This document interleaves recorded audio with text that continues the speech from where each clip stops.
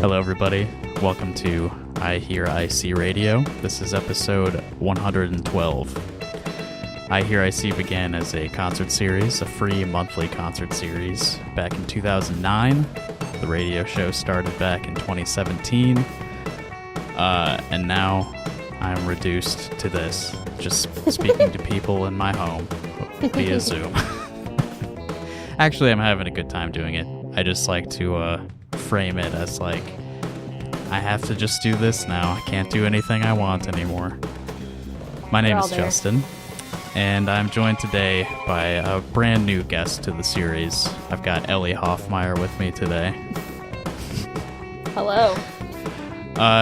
Speaking of Zoom, since I'm doing this via Zoom now, I've been recording videos. Those are available on the iHearIC Patreon. It's patreon.com/iHearIC. You can get that for just $1 a month. And the money that you spend there allows me to pay people for their time to do shows like this with me, or hopefully someday to do live shows again. Maybe in the next calendar year. We'll see. God willing. But otherwise, you're just stuck with the audio, which is also going to be pretty good, I assume. It usually is. Sweet. All right, so let's introduce today's guest. I said her real name, which is Elly Hofmaier, but I'm going to check out her Bandcamp now, which is pennypeachjr.bandcamp.com. And it says here, Penny Peach, and then the junior is in parentheses, is a DIY princess based in Iowa City. She credits Ty Segall and Ella Fitzgerald as being her greatest inspirations. And we got a quote here from Elizabeth Moen.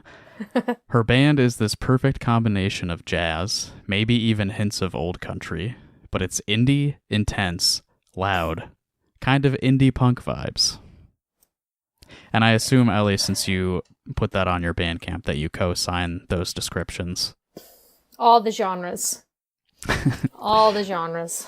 Yeah, you want to cover as many as possible. Why not?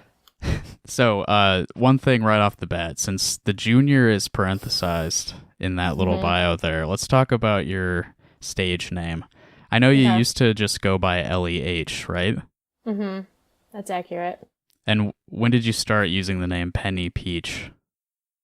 Oh, God. I feel like it was probably like a year ago. So, a year ago. Yeah, the Elly H was just a little bit lazy. It's not flashy enough for you. Not flashy enough. I think in the back of my head, I was like, oh yeah, this sounds sick, but it was just because, like, Dana T was back there somewhere, and I love Dana T, and I just didn't even think about it consciously. But, yeah, I was like, no, I need to...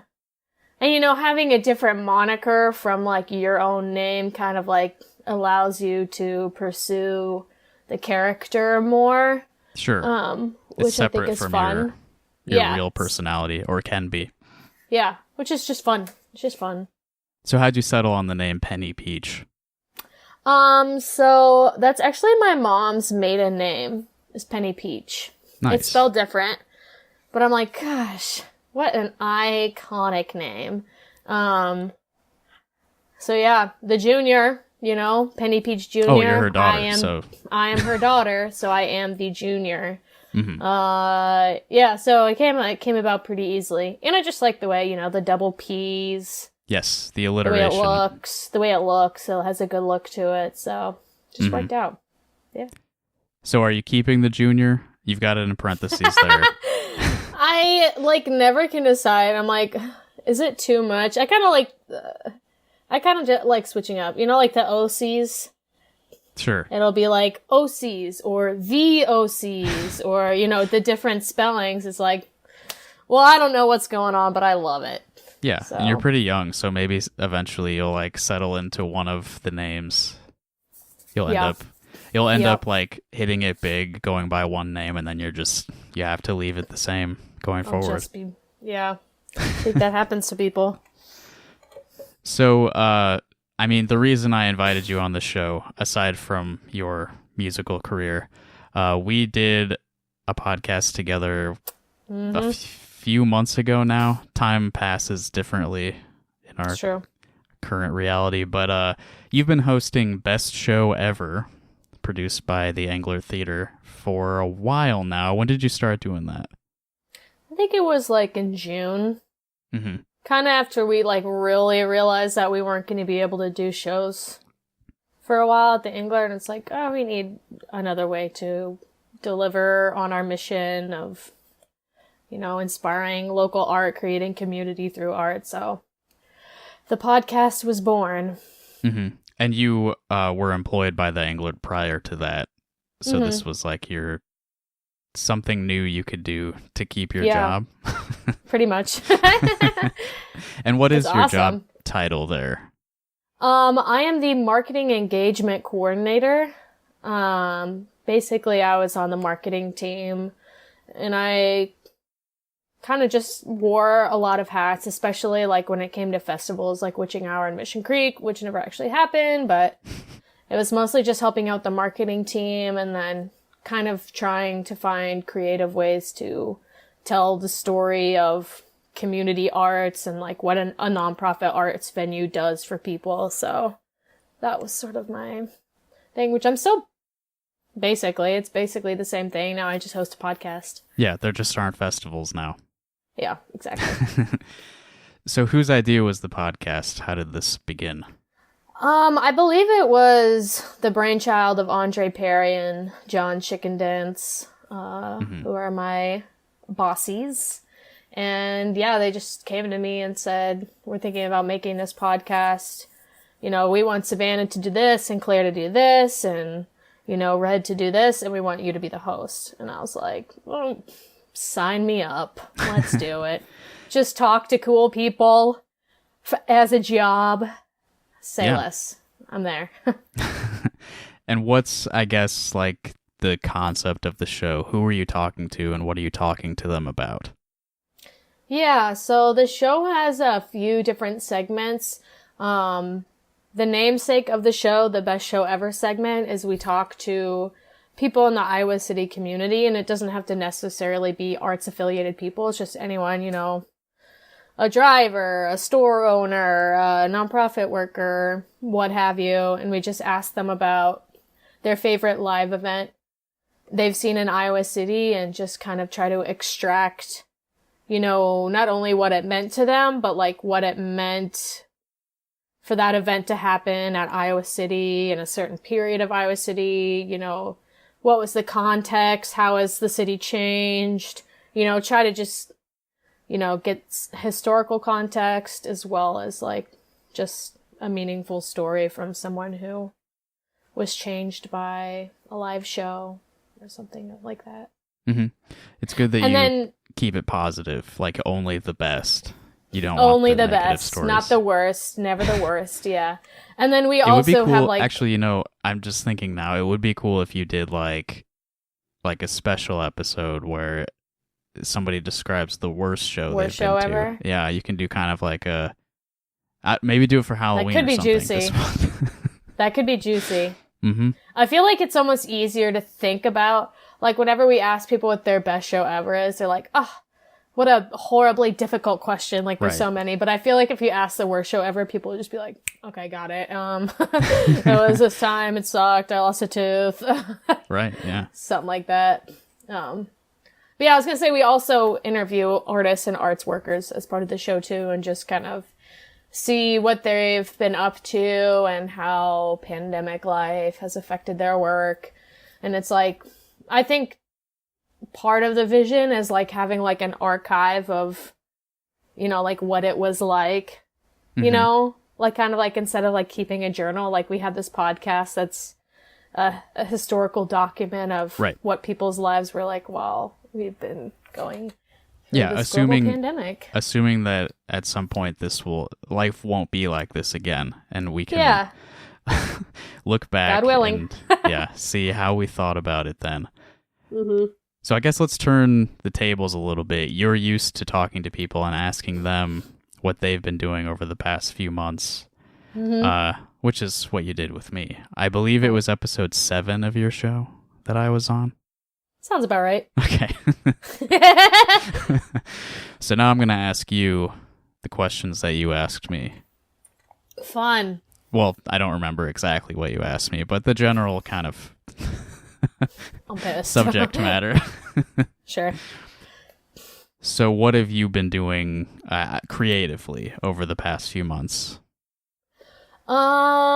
Yeah. So before the pandemic, I was pretty used to just doing shows nonstop all the time, whether it was like my shows with Iowa Women's Jazz Orchestra, Jazz Trio, Elizabeth Moen, Anthony Warden. There was like every weekend was something or five things. You work with a lot of different people. Yeah. And it was awesome. It was so much fun. Every day was different. I love to travel, hang out with all those people. But then, I don't do any of that now. Mm-hmm. So I've gotten into home recording a little bit, which I've always wanted to do. I bought a MIDI recorder that's next to me. I started learning how to use my audio interface. Is that a Presonus I see there? Yeah. Nice. This one's actually my partner's. I have another one too. Yeah, trying to learn how to play guitar more. I just bought a new amp. So it's a lot of like exploration on my own, learning to record on my own, and then also a lot of recording in my friend Capel Howarth's studio. He has a home studio, so I have been over there a bajillion times just recording songs, which will hopefully come to see the light of day here pretty soon. So yeah, just a lot of recording, pretty much. Well, that seems like it's maybe been kind of a blessing then. You have all this time to yourself now. It has been, because I've been, for I don't know how many years, been saying like, yeah, like I'm going to have recorded stuff soon, but I've always just been so intimidated by the learning curve that is like recording your own music, and I'm still like insanely novice at it. But it is also like becoming comfortable with collaborating with someone in that way, because I'm not very good at collaborating with people, but I've gotten so comfortable working with Capel that, it's finally like there's a workflow of like going over there all the time and being able to be like, no, I don't like that. Like, that's the sort of thing like I struggled with before. Like if I was recording with other people, people would be like, oh, I love this. Let's do this. It's so cool. And I'd be like, oh, okay. I'll just do it. Yeah. But with Capel, I can... can voicing your own preferences. But with Capel, I can just be like, I don't really want to do that. And then he can be like, okay, what if we did this? And I'll be like, oh, that's sick, dude. Let's do that. Let's crank it. I think, and I just, our tastes are very similar. And yeah, we're just beyond him, like being my producer. We're just like really good friends. So it's been working out. It has been working out. I do miss doing the shows a lot. At the beginning of the pandemic, before I realized what an actual big deal it was, I'm like, a break. Yes. Just give me a break. I need a break. I'm so busy. I'm tired of this. I felt kind of the same. Like, yeah. Now it's like a be careful what you wish for sort of situation. Yeah, the first couple weeks I was just like, okay, I'm just going to not do anything now. Yeah. I'm like, I secretly wanted this all along. But then time stretched on and I hadn't done anything for months. The grass is always greener on the other side. I thought I could be in that mode for just take a couple weeks off. Right. But then I really liked not doing anything. Right. But then reality struck. Yeah. Not doing anything forever. See no one. Never see the sun. Yeah. It's tough. For those of you who don't see the video, Elly is showing me some scissors. Just bringing some props out. Yeah, it's cool. To help illustrate my points. Mm-hmm.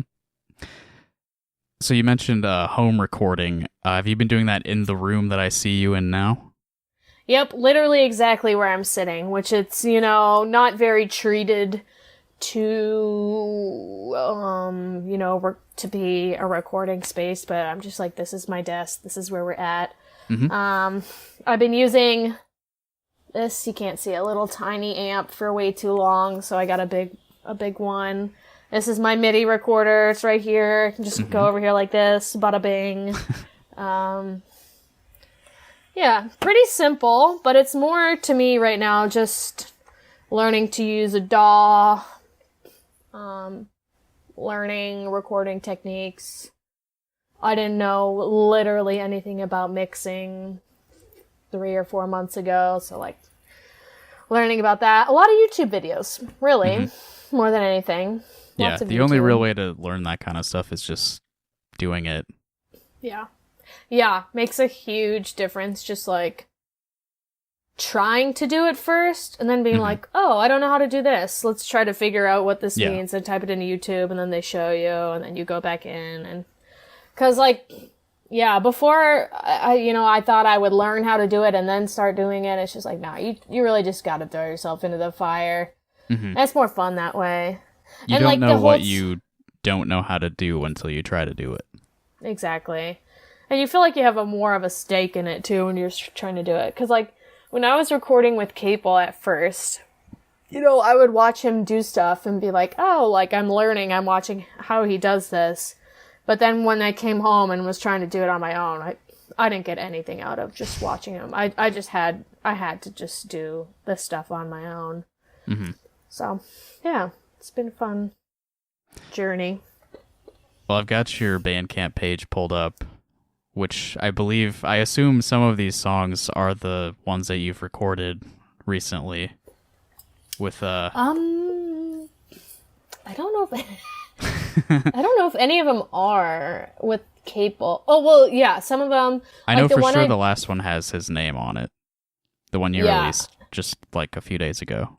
Yeah, so that's like the first one where I really mostly just did it all on my own. And then I was like, okay, I actually really like this.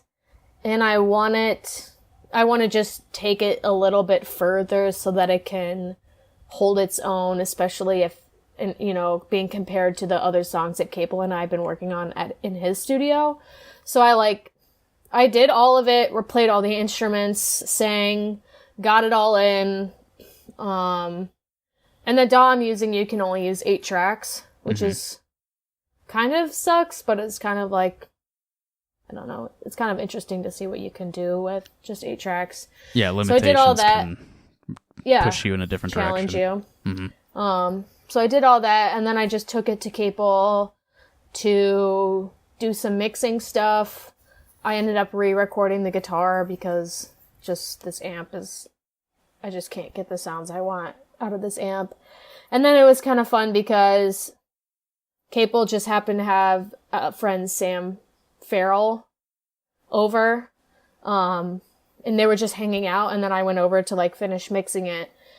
And Sam was just like sitting there, and he just like happens to play guitar, and he's like picking up a guitar, and he's like, oh, like what are the chords for this? Like this is cool, like this sounds like this artist. And so I was just like, well, are you like trying to lay something down right now? Or so then we ended up tracking a solo for him, which was just serendipitous and fun. And is that him like at the end of the track? Yeah, yeah.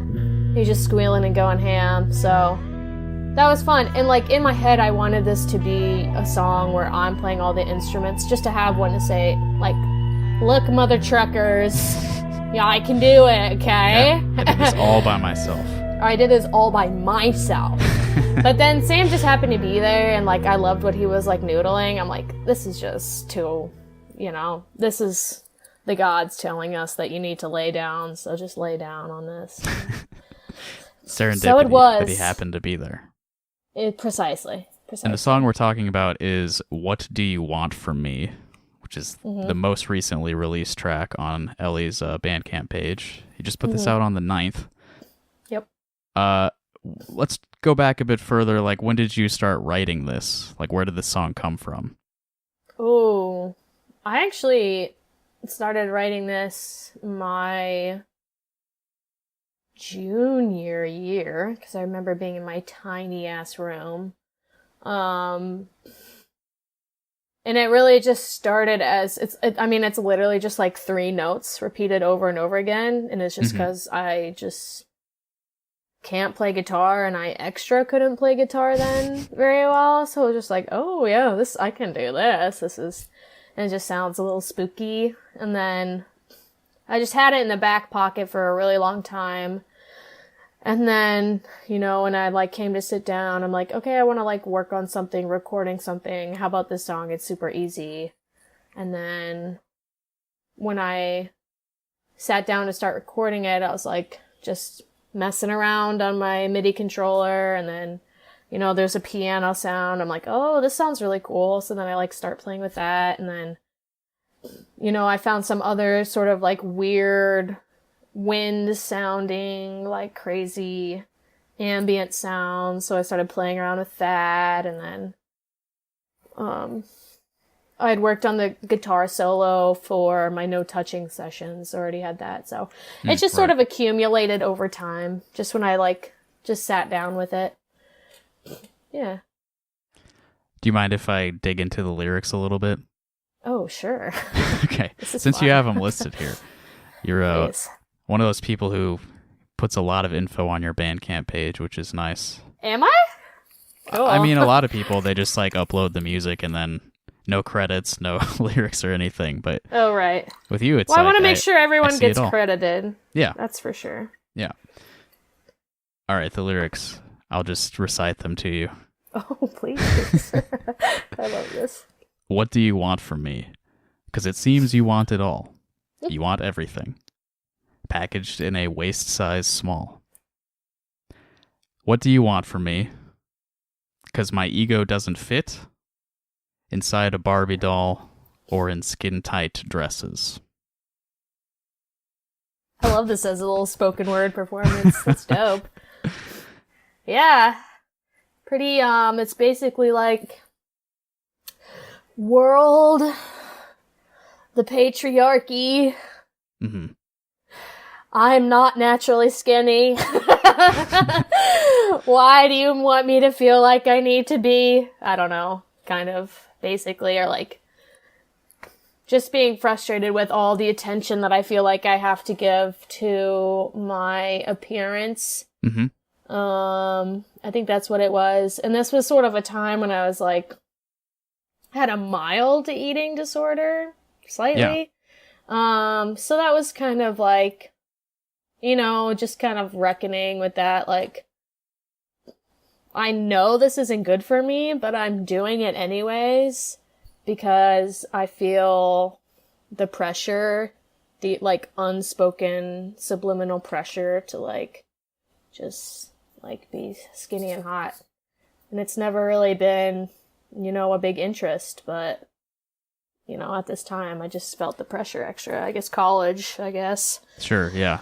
Yeah, I mean, that's how a disorder works. Is like, intellectually that you shouldn't be behaving this way, but you just are. Just do it. Just do it. And that hadn't been like an issue for you prior to around the time you were writing this? No, not really. It was just like 1 year in college where I just like lost a ton of weight. And it was just like, it wasn't super unhealthy, but it was unhealthy how much I was thinking about it. Sure. All the time.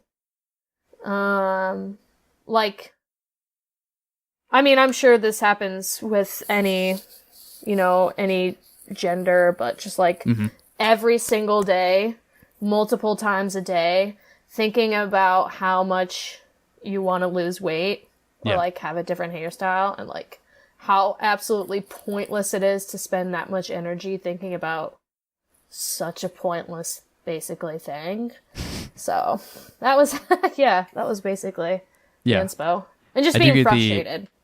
I do get the impression that tends to be worse on women. Yeah. Yeah, I think it happens to everyone, but yeah, definitely it is. It has been a little bit of like a mental preoccupation for me over the past couple of years. I just turned 30, so like my metabolism is finally not, it's not a shortcut like it used to be, I guess. Right. Right. And yeah, that's another thing too. I feel like, I mean, me versus my partner who's a male, like he can eat whatever he wants, and I'm constantly like being like, if I eat what you eat, I am not going to feel good about myself. Sure. So yeah, it is a little bit harder, but I'm basically, I mean, I'm somewhat over that now. Of course, I still think about it a little bit every day, but it doesn't affect me the way it used to. Yeah, that's good. That's good. Mm-hmm. When I first was reading this, I thought it maybe was directed at an individual, because I guess that's just where I go automatically when I read something like, "What do you want from me?" Yeah. But I mean, it can be, it's more of a too. societal thing in this case. It can be, and it's possible it was, like, an ex or, like, a specific, like, maybe someone who had rejected me. I really don't remember, but when I think about it, it's more of just, like, society. Yeah. Sure. A larger... The man. Yeah. But the figurative man, not, like... Yes. Not a man. Yes. Yeah. Precisely. Does that kind of thing motivate a lot of your songwriting? It's kind of come up a few times. Usually, as of late, I've been really getting into the angry cathartic. For a while there, it was like the sad cathartic songs. Sure. And then I kind of got to the angry cathartic songs. So it's like, there was one song I wrote that was like, "Do not touch my money." And I wrote that about apartments downtown. Oh, if nice. You're familiar with that? Yeah, definitely. Very open about the inspo for that, which to me, the figurative, the man, to me, that's, some sort of manifestation, apartments downtown, of the man, capitalism. Yeah, I mean, real estate in Iowa City is absolutely a predatory presence, especially for, like, students. Yep. I did not know better for a while there, and I'm like, wow. Well, they take advantage now. of that. Yeah. Yep. There's another one that I wrote recently that's about, it's basically just about how I do not identify physically with almost any women in, well, I guess, I shouldn't make women the enemy by any means, but, like, when I think of, like, a punk, the image of, like, a punk girl and, like, all of the, like, bands that I listen to and that I love and I adore them, but they're all just, like, rail thin, skinny, no boobs. Like, to me, that's the image of, like, rock. Yeah, kind of a heroin females chic thing. Yeah. Which I think it's, it's changing, and I'm seeing more and more all the time of, like, curvier women in music, women in rock, but I was kind of thing, like, where I feel like I have to work extra hard because I don't care about those things. Like, I have no laurels on which I can rest. Some laurels look like a cig in a slinky dress. Like, to me, it's the image of, like, the cool, skinny punk girl, like, smoking a cigarette. Everyone's in love with her. Like, I'm, like, the goofball, like, not as concerned tomboy a little bit, not as concerned about keeping up an image. So that's, like, I do feel like sometimes I have to work extra hard to make up for the fact that I don't have, like, gorgeous selfies on my Instagram that everyone's gonna like and gonna follow me because I'm so beautiful and have great style.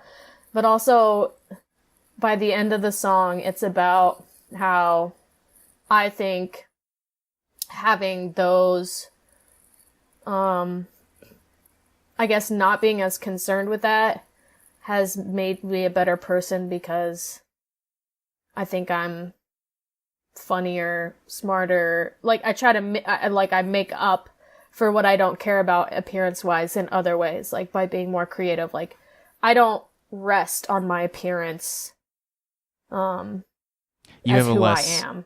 You have a less marketable appearance, yeah. At least from, like, the stuff that you were consuming when you were, I guess, getting into this kind of music. Yes. And which so, I think I have to work harder in other ways to make up for that. Which in the end of, and that goes, like, for anything, if you feel like you're not the beautiful girl in the group who can just get by being beautiful and cool, like, maybe you're funnier. Sure. Maybe somehow you, like, manifest your coolness in other ways. Like, yeah, if you feel I insecure respect that in people. in one way, then you tend to work on some other skill or attribute. Yeah, which I don't think is a bad thing, you know? No. And I think the most common insecurity for probably anyone is appearance. Yeah. Yeah. It's a good go-to. We've been talking about it a lot. For real. Weight and beauty and all that kind of stuff. For real, it's top of mind. Like, the amount of times I've thought in my head I'm not beautiful enough versus the amount of times where I've thought I'm not intelligent enough, like, just doesn't make any sense. Because I know I value intelligence, integrity, you know, activism, like all these other things more than I value beauty, but I'm always thinking about appearance more. Mm-hmm. Which just doesn't make sense. Your own appearance. You're not thinking about my own appearance. Not in like judging other people and their contributions, but... Oh yeah, no. Just myself. Mm-hmm. And is that like... You're thinking about the way other people would perceive you? Yeah, I think so. Okay. I think so. I'm going to go backwards by one. I'm going to keep looking at your songs on Bandcamp. I listened to all of them this morning just to make sure I was like, I have them at the top of my mind. A blessed morning. So the one that you released most recently before What Do You Want From Me is Workplace Zombies. You released that on August 30th, so again, a pretty recent one. Mm-hmm. And, you're donating the proceeds for this one, which is very admirable. I did, yeah. Mm-hmm. You're donating to the shelter house, which helps people who have housing issues. Yep. Great place. So before I ask you anything really, like, what is Workplace Zombies? What is your conception of this song? Yes. So the story of this song was I got a full-time job that I had for approximately 1 week. And it was just the most boring, stale, toxic, like, just from 1 week, just that company and that work environment was just so not my style. And it was just like, oh my gosh, I'm getting a new car. What kind of car are you getting? Oh, look at this picture of my dog. Talks about dog for 20 minutes, which, I mean, I love dogs. But sometimes I think they are just the default conversation. And I'm over here trying to be like, whoa, what is life? Like, you know, let's really talk about some real stuff. And it's just like, you're having those early 20s questions. Yeah, I'm going to get my nails done. You want to get sushi later? Like, all of this. So, basically, I quit that job. I bought a MIDI. You worked there for about a week? Yeah. I bought a MIDI controller. I made a beat. And then I made a song about that job. So this was like immediately following quitting the job. I was like, let me get something out of it. At least a song. Yeah. Was that 1 week paycheck at full time at least? Like something nice? Yes, I did. Okay. I did get the cash money. Thank goodness. Post. Which, whoever has the job, like, I respect it. Like, for sure, good for you. Like, you're into this. It was just, for me, it just like, I'm trying to get deeper than this, people, and just, there was no work culture to me, and yeah, it was basically just about that. Yeah. I understand if you don't want to get too specific, but like, what kind of work was it? It was basically telemarketing. Okay. That can be real tough. Yeah, it was tough. That's why I'm like, totally respect to anyone who can do it. Maybe I would have stuck with it if I felt more attached to, again, the work culture. But it was just not. It was not for me, this place. So, yeah, it kind of opened my eyes a little bit. And just, the 9 to 5. Like, just 9 to 5, just black out, 9 to 5, get home, be dead tired. Yeah. Go back the next day, black out. That sort of situation. Yeah, I just talked about that on the last episode of this with Yanis. We talked about how, like, yeah, I decided I'm going to call him Yanis from now on because it's a dope name. He kind of like bounces back and forth between what he prefers, but at that moment when I asked him, he preferred his first name, so I'm going to stick with that for now. Cool.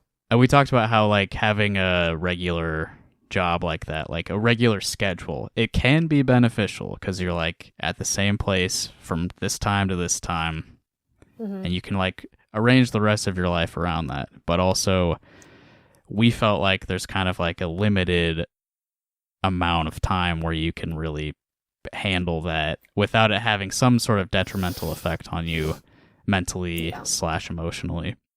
Yeah. I don't know how people do it. Yeah, I had a job full time for almost 5 years, and I ended up having to leave. It just working at a desk from 8 to 5 every day, and it's just I've got other interests I need to pursue during these hours, I think. Right. But let me do what I did with the last one. I'm going to read your lyrics to you. Hell yeah. We'll get sort of more of how you felt about the job from what you wrote about it at the time. Okay. Ready. Workplace zombies, doggy mommies, no dreams to pursue. I know I've been there too. It's tick toxic. I really like that line. Thank you. Think I've lost it. All we do, consume. All we do, consume. I want a phone that's a color that I like. You typed that in all caps, and I really like how you deliver it in the song. It's Thank you. Got a lot of like fury behind it. Pray to payday, mental decay, Netflix, sex, and booze. Christian when it's cute. Promise you don't need a new car. Yep. That's it. Yep, you mentioned the doggy mommies right away. Yeah. It's a bit much. It's just when you like truly identify that as your sole personality, just bring up your dog as much as you can. I don't know. Maybe it's because I don't have a dog. I don't get it. But it's just like, yeah, I don't. Starbucks, cute dog, that. Watching TV, talking about what TV you watched, what shows you like, it just like gets kind of old. Feels like it's the same thing over and over. Mm-hmm. And there is like the one line that's like, I know I've been there too. Like, yeah. I do everything I say in this. Like, yeah, right. And when I was getting this job, I'm like, oh, I'm going to have money. I just started buying things. I started buying a phone case, MIDI controller, just started buying shit, being like, oh, I have money now. I should just spend it. Which I was also reading a book at the time that is like a somewhat philosophical approach to personal finance. And basically the whole point was like, how do you make just enough money that, you have healthcare, you have emergency savings, how do you make just enough? And then you can use the rest of your time. Time is your only true resource was basically the whole point of it, which I thought was, really interesting. And like, I fall into consumerism holes, entertainment holes, just like everyone else. It's just good to like step back and analyze yourself sometimes. So that was this song was directed at myself as much as it was at anyone else. Sure. And again, it's like a bigger societal issue that you're observing is that, well, and if you think about those other people whose, I guess what they discuss to kind of pass the time or like relate to each other, it's their dogs, it's what they watch on Netflix. Mm-hmm. They too are exhausted at the end of the day. Yeah. And only really have time for those things. Yeah. We crave mindless activities, especially like if you worked a long day. I just did it the other day. I worked for 8 hours and then I came home and watched Pen 15 for 3 hours. So it's like, like, I get it. Like, I think we're conditioned to accept this as our lifestyles when we shouldn't be, basically. Right, yeah. It's not an original thought. It's just, like, something that, especially having worked this job where I'm like, literally, how do people do this for more than 2 weeks? Like, how are you guys doing this? This is so awful. So, that was just top of mind. Yeah, we get stuck in these jobs because we have to pay for food, etc. And then that sucks up all our time, all of our mental capabilities. And then, I mean, we have to try to be happy somehow. Right. Debt is crazy. I'm pretty privileged. Sure. I'm not in debt, but just like how controlling it can be. It's like hard to even comprehend, like the cycle of debt and like, yeah. Yeah, I'm pretty fortunate too. Although now that we're on the subject, I'm thinking about how I haven't made a student loan payment since February. Like, oh shit, that's going to happen again at some point. It's coming back, baby. Yeah. Well, let's go back like as far as possible. I tend to ask people on this show like how they got started in music. So when did you get into music?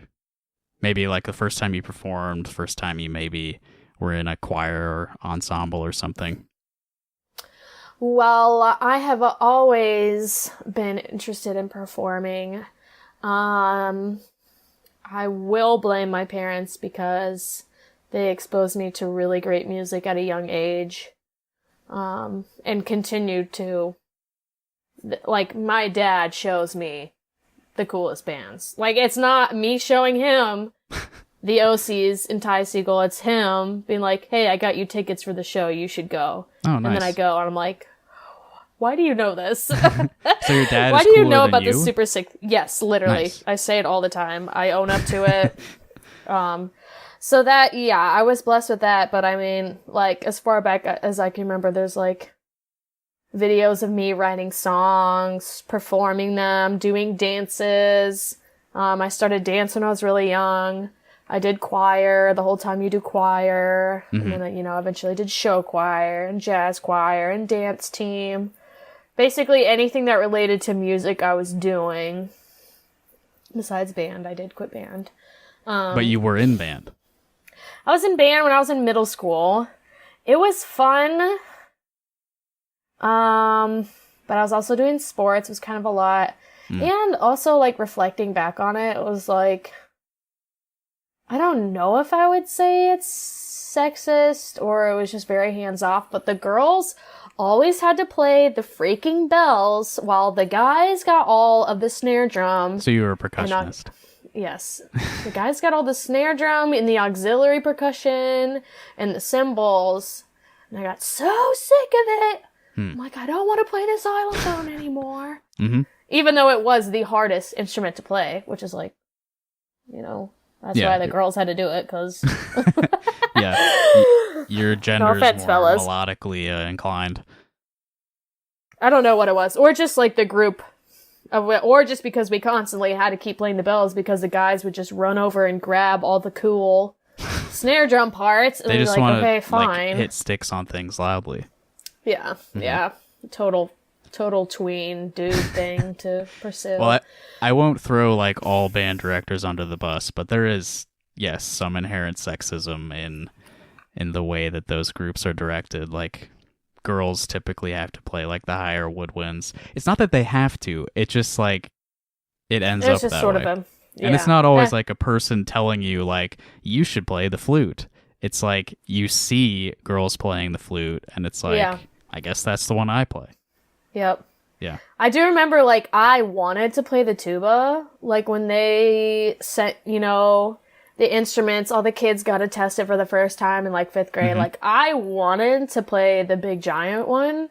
Yeah. But I couldn't do the thing. The buzzing. I didn't understand what we were supposed to do, so I couldn't make a sound. So they're like, you're not going to do that.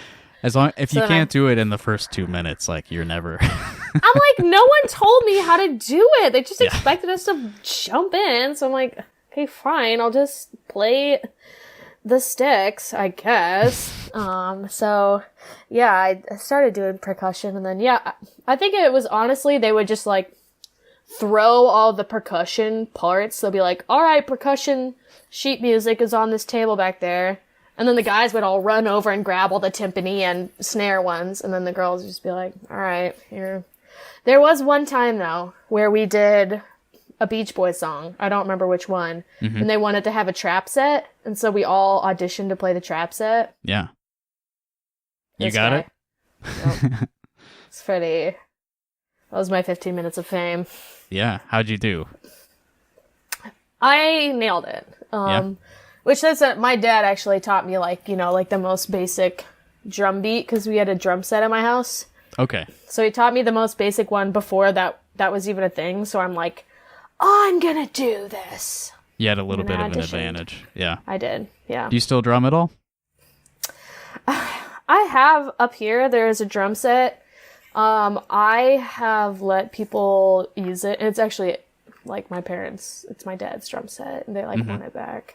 So don't tell them. Like I've let other guys borrow it, and along the way it's just lost parts and pieces. So I kind of have to put it back together. Every now and then I'll hop on someone else's set, but it's not really anything I'm pursuing. So sure. Yep. Well, more just the beat pad. Sure, the electronic. Yeah. Yeah. I dragged you down the band path. Do you remember what else you were talking about before that? Oh, okay. So my journey, music journey. And also a thing I was doing while I was in high school was I was obsessed with Instagram at a very young age, but people it's crazy would to me like... that Instagram existed when you were in high school. Yep, it did. I literally vividly remember when it like first came out. Same with Snapchat. But with Instagram, I was like, oh my God, you just put a filter on it and it looks amazing. Right. I was off to the races right away. But I would like take requests from people, and then I would post like a singing video, and I'd play piano. I took piano lessons when I was really young, and now I just got the chords from it. Mm-hmm. So I'd play piano and like sing the requested songs, and people would request more, and then, you know, one thing led to another. Eventually I like wrote my own song, and then I posted that, and people really like were really receptive to the idea of me writing songs. So I kind of just like did a few more. And then I went to college at Belmont in Nashville my freshman year. Mm-hmm. Fell in love with rock music, contemporary psych rock music. I went to a lot of house shows, and then I came to Iowa, and that's when I actually started like songwriting and playing shows. I guess I never asked you where you're from. I'm from Norwalk, Iowa. Okay, so you are an Iowa native. Yep. I don't really like that language, but you're from Iowa. You were born here. Yes. Yeah. I've seen a lot of pushback against those bumper stickers with the state of Iowa and the word native. And just the word native is just... criticism is accurate. Yeah, I'm like, you know, I didn't think about it before, but I'm like, yeah, no, that totally probably wasn't the word. No, for we're that. not native. Yeah.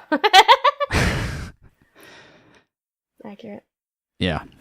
So you said you got into rock music when you went to college. How would you, I guess, describe the songs you were writing prior to that? Oh, God. I mean, I don't even know, like, what genre they would even be.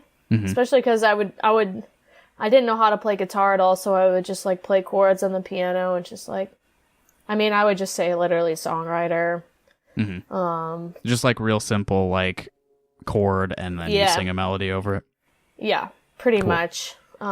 Which, you know, it's not nothing, but I didn't really have, like, a vision or, like, you know, what would this sound like recorded, but, you know, I listened to a lot of, like, Lana and Amy Winehouse at that time, so those are probably more of my inspos than anything.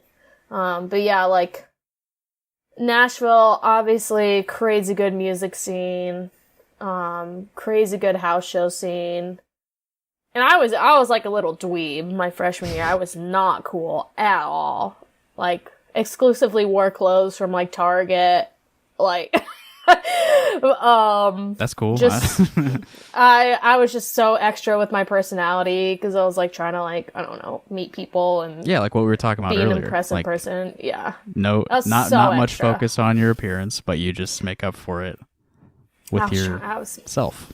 Yeah, I was being extra. But even then, like, you know, I think the people around me, you know, could tell that I was, like, sort of had interests in, like, some cool stuff. And, like, you know, I loved the Beatles. And, you know, I had decent music taste. And I think people, like, could understand that about me besides me being just, like, a total weirdo.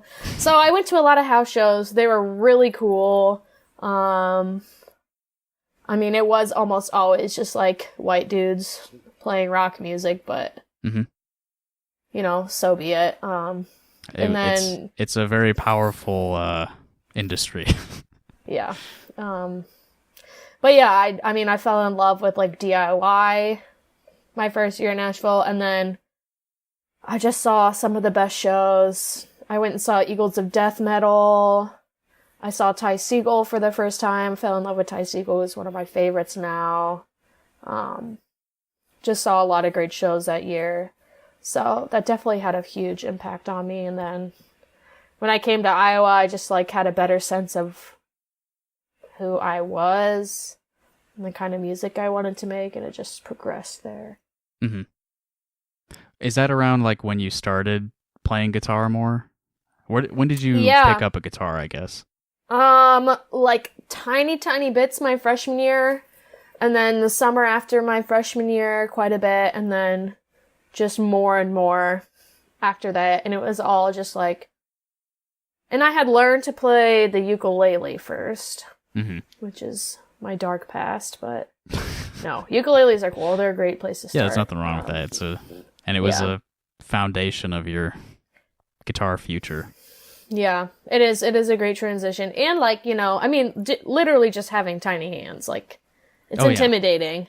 Yeah. It's intimidating, like, just going straight to a bar chord and being like, no, it'll never happen. No. Yeah. Which now I can do it now. It's been a journey, but yeah, it started humble beginnings. That's a big hurdle. Yeah. To taught myself. Be able to slam your index finger down like that. Amount of pressure it requires. Yeah, it's still hard sometimes. Yeah. I barely play guitar anymore, so if I try a bar chord, it's like I've got maybe 5 minutes, and then I'm gonna have to stop. Oh my gosh! And the guitar I had, like, the first one was an acoustic guitar, and, like, the action was so high, and I had no idea what action was, you know. Yeah. So I'm just like, oh my god, are all guitars like this? Oh, this is so hard. Like, I just thought it was normal. But then eventually, you know, I got this, or wherever it is, my electric guitar. It was, like, way easier, more fun. So, you learn. Definitely. Well, we've been talking for, I think we're getting close to an hour now, which is typically, like, my standard for these. Let's talk a little bit about your vision of the future, your hopes for the future. What's something you want to do that you haven't done yet, or, like, you're working towards? Well, Avi released music, but I think the big thing for me right now is finally coming into the genre I want to be a part of, filling the niche that I want to fill.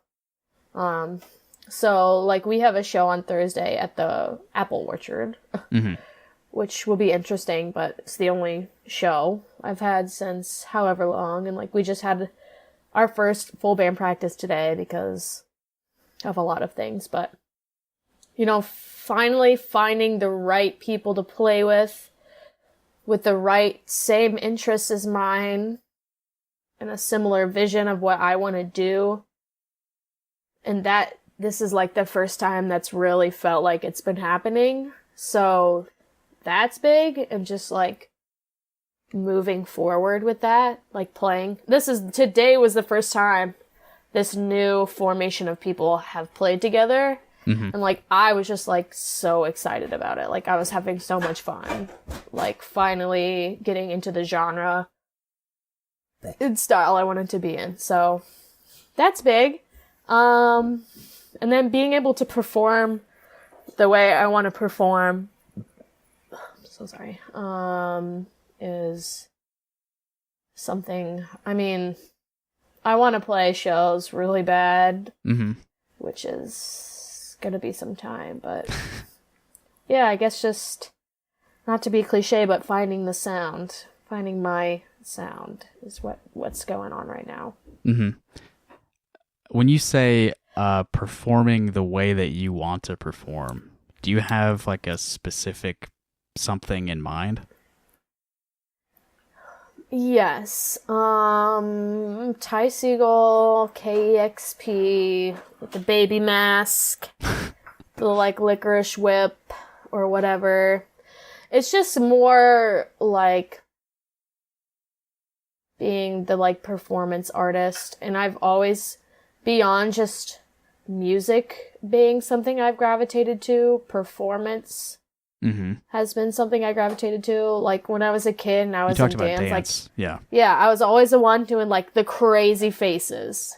I was always doing crazy extra like facials, and that like people like that I didn't even know would be like, "Oh, you're that little girl who makes all the faces." Like it's just always something like making people feel something with the way that you perform and present yourself. So I'm trying to do some more kooky, some weird, make people uncomfortable, make people feel outside of themselves, you know. I think there's room for everyone but women especially to feel more comfortable, to not just be standing there and looking good. Sure. You know? Yeah. And there are a lot of women right now who are paving the way. Women, trans, and non-binary folks who are paving the way for everyone else to start doing that more. So, trying to ride that train. Yeah. It sounds like, I don't know if character is the right word, but it sounds like you want to develop your Penny Peach, like, stage. Maybe persona is better than character. For sure. Yeah. Yeah. I like character too. Yeah. There's so much you can do with the show. It doesn't have to be just standing there and playing music, you know. I feel like I have a lot of interest in being a rounded artist. You know, I have a lot of interest beyond music, like visuals, photography, graphic design, art. So I want to like move more into being like a bona fide artist as a person versus just being like a musician who goes on stage and plays guitar and sings. You know what I mean? That's sort of... And I think that's probably a good way to think about live performance, because the way that people listen to music now is very much like detached. Like you just can stream whatever you want all day and you don't have to actively like seek it out. So yeah, if you want people to like want to be at a show, you should probably think about offering something like in addition to just the songs. Right. And it is, yeah, you know, there's a reason we love David Bowie. There's a reason we love Prince. There's a reason we love Madonna. You know, it's beyond just having great music, but being unique and interesting, thoughtful, provocative people. Right. Just in general. So that's something I think is worth exploring for everyone, you know? Just keep pushing yourself in all directions, not just in making your music better, more hi-fi, or more accessible, or whatever, but like, how in every aspect of your life can you become a better artist? And you know, make an impact on people through that. Yeah, you don't have to box yourself in just because you decided you were a musician when you were a teenager. Right. You can also be interested in the other aspects of artistic, creative presentation. Right. Ramona Muse Lambert. I don't know if anyone knows who that is, but... Or like the Karen Meat, do some weird shit, get freaky. Like, who is Ramona Lambert? I know that name. She's a Des Moines-based artist. Yeah, okay, yeah. Crazy costumes. And, she's just an artist, like, she illustrates. She, like, does all sorts of interesting things. She sent me this cool, like, adorable postcard of, like, her family, and, like, she's been making masks and teaching, just, like, it has a lot of different mediums, which I think is interesting, and she just lives the lifestyle of an artist, it seems. Mm-hmm. She is all for creativity and creative thinking in all ways. Karen Meat, like the performance art, the like stage persona, like the dry, sometimes like monotone speaking, or, like choreography, costumes, stage design, all that good stuff. I love it. Yeah. Karen Meat's the kind of thing where like you have to go to a show if you want like everything that she's offering. You can't just listen to what she recorded. Like there's more to it. Yeah. I mean, the music's cool, but like there is more that you can take in if you want the full thing. Yeah, and I totally respect people who are literally just all about the music, and I know a lot of them and friends with a lot of them. I just think my interests are in getting a little weirder in all ways. So that's just who I am. I can't help it. You're expanding in multiple directions. The people watching the video are definitely going to benefit a lot from the past few seconds. All right, well, I think there's a lot more that we could talk about, but I think that we should leave the audience wanting, Yeah, that's wanting more. That's what they tell you to do. Yeah, is to leave them wanting more. So, Elly, if you were to direct people listening to this somewhere to find some of your work, where would you like them to look? Okay. Well, as I mentioned before, I'm a huge Instagram hoe, to a fault at times. So you can follow me on Instagram. You can follow my Bandcamp. You can sign up for my mailing list. Not really sure where to direct you to do that, but... Is that through your Bandcamp, or do you have a... you know what? Scratch that. I don't even know where you can sign up, so... yeah, follow me on Bandcamp, follow me on Instagram. That would be my suggestion to you. And keep an eye out for a potential future mailing list. Yep. I'll figure out where to post that or something. I have it, I just don't use it, so... Cool. All right, and I'll link your Instagram and Bandcamp in the description of this episode once I upload it. Thank you. Oh, also, if I were to include one of your songs at the end to just kind of play us out, which one should I use? May as well do What Do You Want From Me? Okay, the most recent one. I think that's a good idea. Mm-hmm. Fresh. And it's got like a really nice kind of like guitar. It's almost like Black Sabbath or something. Just like you're just like riffing. Your mouth. Thank you. Thank you. Oh yeah, we're about to go full doomsday on like the next song we record, so cool. Buckle up, everyone. Cool. If you want to hear more of Elly's voice, again, she does host Best Show Ever, the Angler podcast. Highly recommend episode number 7. Which features me. Yes, I do as well. And if you want more of this stuff, everything that's ever been released under the iHearIC banner, you can find that at iHearIC.com. I think that's all for us today. Thanks for listening. Thanks for watching if you are a Patreon subscriber. And thanks once again to Elly Hofmaier, Penny Peach. Thank you, Justin. Jr. for joining me today. All right, have a good one, Elly.